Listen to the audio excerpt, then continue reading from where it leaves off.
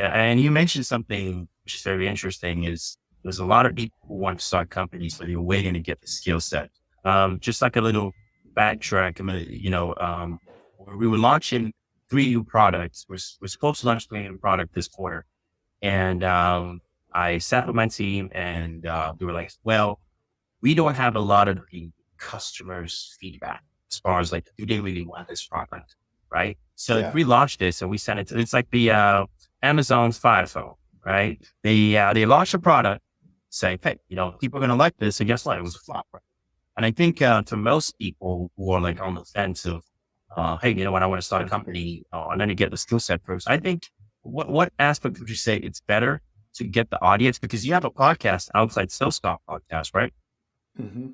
So what aspect would you say it's important to actually get the audience first? Because think about it from a perspective of, let's say podcasting was around, 10, 11 years ago, and you had an audience of 1 million to 2 million people who were, followers of your work. Would it have helped you actually to sell Badger apps and actually get into a position where you are Yeah, of profit was way course, but more? that I wouldn't wait to pursue an idea until you have a massive audience in the space of it, because you often don't even know exactly who the audience is going to be for something until you've started building it and until you can. I wouldn't go after a passive audience of that nature. When you're building something, I think you want to proactively approach the people that, and this is why it's so important to have sales skills to start one of these things. Is Yeah. salespeople know how to do this and other people don't. You have to proactively approach the people that you think are the buyer of the product that you're building before it's built, and you have to talk to as many of them as you can. I mean, I probably talked to hundreds. I mean, maybe three, four, 500. I don't even. I couldn't even. I don't even know. And that, like, I must have reached out to 10,000 to get that number of people engaged. Right.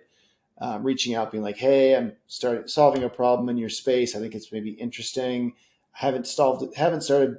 Haven't started it yet. Haven't done it yet. But wanted to, given your position at Pepsi Cola in the operations department, I think your perspective would be so valuable for me if we just chat for 15 minutes, and you can tell them what you're doing, and ask that magic question I talked about earlier, like, would you buy this if I were to build this? Would you buy it for this much money?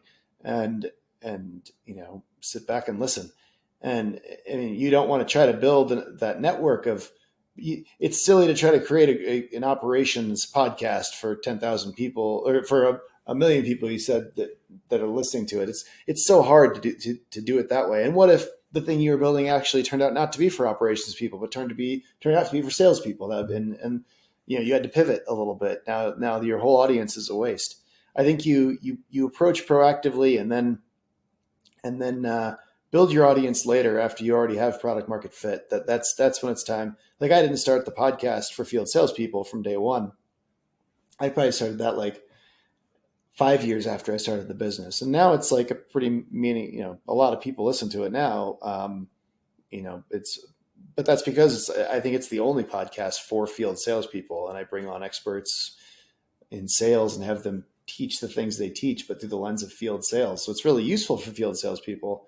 Very little of it is based on what I know. It's other people, but it would have been, and I did end up pursuing the thing that I started out pursuing, which I think is, happens less often than not, right? That's rare. Usually you do have to pivot, but I think you scale your marketing and your audience building and all that stuff after you've already got product market fit and you're running along. At first, if you think you got to find thousands of the people that you think are going to buy this and reach out to them on LinkedIn and network to get in front of them and go to the conferences that they're at and talk with them and get that important feedback. Gotcha.